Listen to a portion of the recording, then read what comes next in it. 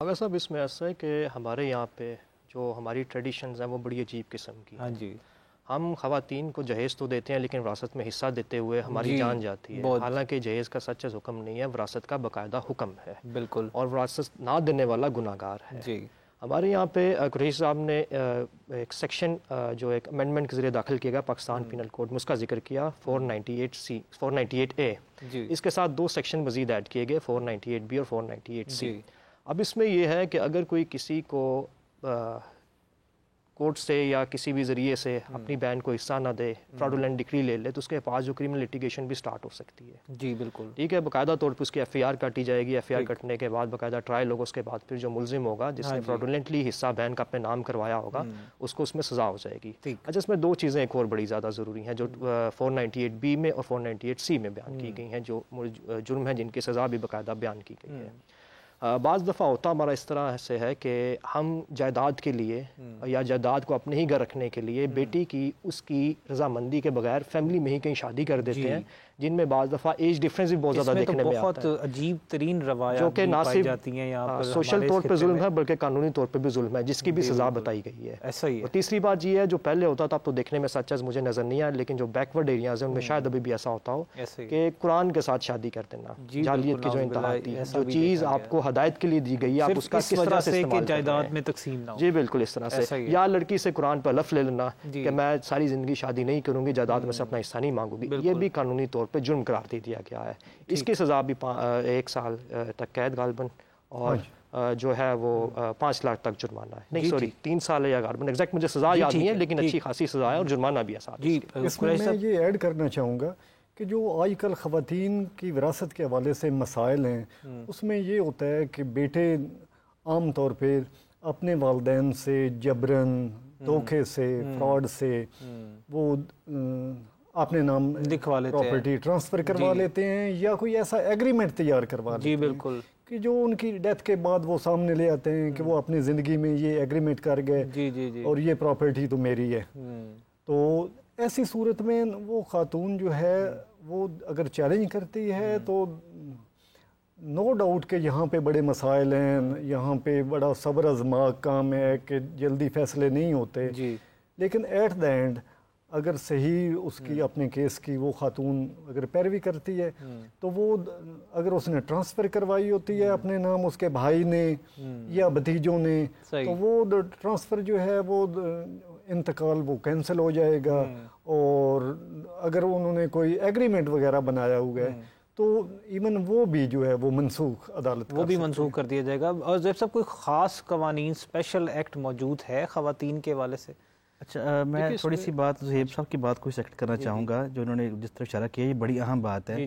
اور واقعی یہ ہمارے جو بیک ورڈ ایریا ہیں ان میں ایسی اطلاعات ہمیں بھی موصول ہوتی ہیں کہ ہمارا اسپیشلی جو ہے وہ انٹیریئر سندھ اور ہمارا جنوبی پنجاب، اس میں ایسی باتیں جو سننے کو ملتی ہیں. مسئلہ اس میں یہ بھی ہے نا کہ کیونکہ اس خطے میں اسلام آیا تھا، ہم نے اسلام تو ایکسیپٹ کر لیا لیکن اسلام کو ایز کلچر ایکسیپٹ نہیں کیا. ہم نے جو یہاں اس خطے کی جو کلچر تھا اس کو زیادہ وہی ہندو کلچر ہمارے جو ہے وہ سرایت کر گیا، وجہ سے بھی ہمارے اندر یہ سارے مسائل. لیکن اس کی طرف زہیب بھائی نے اشارہ کیا، یہ بڑی اہم بات ہے کہ یہ ہندو کلچر سے بجائے اس کو اسلامی کلچر کا نام دیکھ کے اس میں جو ہے وہ جہالت اتنی بڑھ گئی ہے کہ لوگ جو بات کی انہوں نے کہ بیٹی کی شادی قرآن سے کر دیتے ہیں، ایون کہ قرآن کو جو ہے حق مہر میں بات کا مطلب جو ہے وہ رکھ لیتے ہیں. تو شرعاً ایسا کوئی کنسیپٹ نہیں ہے.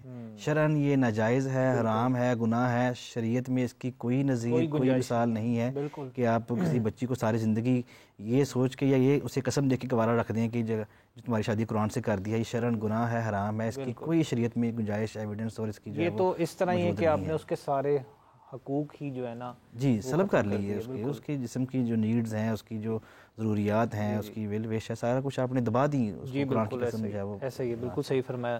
جی قریشی صاحب آپ کچھ؟ میں اسی حوالے سے بتا رہا تھا کہ اب جو ہے کسی حد تک یہ میڈیا کے عام ہونے کی وجہ سے اویئرنیس آئی ہے، لیکن اب بھی لوگوں کو ایجوکیٹ کرنے کی ضرورت ہے کہ ان کے رائٹس کیا ہیں، اسپیشلی ہماری خواتین جو مائیں بہنیں ہیں. جی بالکل.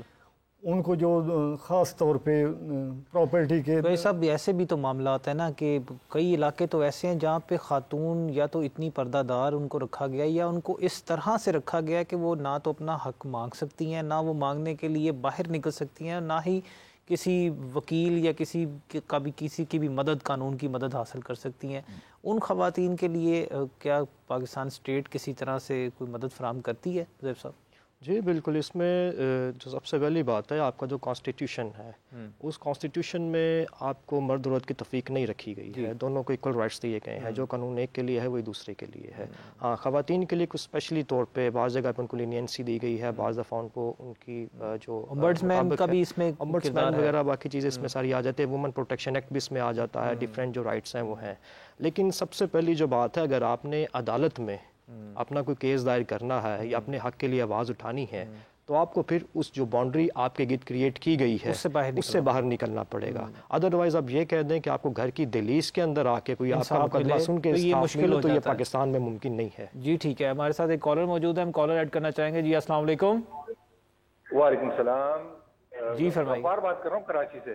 جی جی فرمائیے سر، ایک میرا بڑا پیچیدہ مسئلہ ہے، وہ یہ ہے کہ میرے والد کی ایک زمین تھی جو میرے والد نے کیا کیا تھا کہ ٹیکس سے بچنے کے لیے انہوں نے میری بڑی سسٹر کے نام پہ کرا دی تھی۔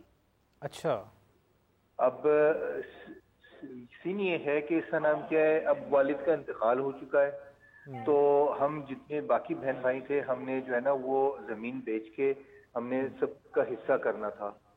تو میری جو بڑی سسٹر ہیں ان کے جو ہسبینڈ ہیں وہ بڑے حسن اور رسوخ والے بندے ہیں، پاورفل ہیں، تو اب وہ انہوں نے کیا کیا ہے کہ وہ کہہ رہی ہیں کہ جو زمین تھی وہ ابا نے میرے نام کر دی تھی، وہ آپ لوگوں کے اس میں کوئی اب یہ نہیں بنتا حصہ، ٹھیک ہے؟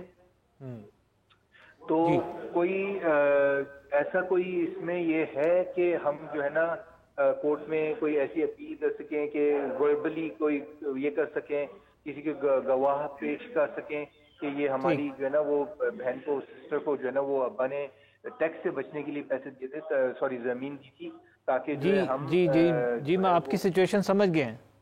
جی ٹھیک ہے جی زیب صاحب، یہ ایسی مسائل بہت سچویشن میں زیادہ کیا ہو ہیں سکتا کیونکہ ہے؟ لوگ ٹیکس سے بچنے کے لیے اپنے جو ساسے ہیں وہ شو نہیں کرتے ہیں کہ بتانا پڑے گا کہ یہ پیسہ کہاں سے ہے، اس سے میں نے جائیداد کیسے بنائی۔ تو اس سچویشن میں جو سب سے پہلی بات ہے وہ قانون کی یہ سمجھنے والی ہے کہ جس کے نام پہ زمین ہو نا، مطلب جس کی اونرشپ ہو، اسی کا پوزیشن تصور کیا جائے گا تب تک جب تک اس کا ری بٹل نہ آ جائے۔ اب ان کے سچویشن میں اب یہ دیکھنے والی بات ہے کہ کتنا عرصہ پہلے جو ہے وہ زمین جو ہے وہ سسٹر کے نام پہ لگائی گئی، صحیح آیا کہ ڈیتھ بیڈ پہ تو نہیں لگائی گئی ہے، آیا کہ کوئی اتنا زیادہ عرصہ نہیں گزرا ہے کہ یہ کوئی ایسے ظاہر ہے اگر ٹیکس سے بچنے کے لیے لگائی تو وہ بالکل ٹھیک ہوں گے جس وقت انہوں نے بالکل اسی وجہ سے جو ہے نامی اونرز والی بات، نامی اونرز والے، لیکن اگر وہ ان کے نام پر منتقل ہو چکی ہے تو میرا خیال ہے اس کو چیلنج کرنا مشکل نہیں ہوگا۔ چیلنج کرنا مشکل نہیں ہوگا لیکن اس کا ریلیف لینا ناممکن ہو جائے گا۔ مطلب وہ نیئر ٹو چیلنج تو آپ کر سکتے ہیں کسی بھی سٹیج پہ جا کے، لیکن اس کو ریلیف ان کو نہیں ملے گا سٹیج کے، مطلب ایسا اتنا مضبوط سٹرانگ کیس یہ نہیں بنے گا کیونکہ اس میں ایویڈنس نہیں کریٹ کی جا سکتی، وہ انٹینشن کریٹ کرنا لازم ہوگا کہ ایک چیز ہو سکتی ہے، جس سے یہ وعدہ کیا جائے کہ انہوں نے اس وقت کر دوں کہ اگر پوزیشن ان کے پاس ہو، اور کیونکہ جو زرعی زمین ہے اس میں باقاعدہ طور پہ پٹواری کے پاس بھی آپ کا جو نام ہے جو کاشتکار ہوتا ہے اس کا جا رہا ہوتا ہے، تو اس سچویشن میں کچھ ان کی بن سکتی ہے۔ ادروائز اگر پوزیشن بھی انہی کے پاس ہے اور نام بھی انہی کے ہے تو پھر وہ زمین انہی کی ہی ہے، یہ اس میں سے پھر یہ کہہ کے کہ میرے والد صاحب نے چونکہ نام لگائی تھی اس میں سے حصہ نہیں لے سکیں گے۔ ٹھیک ہو گیا۔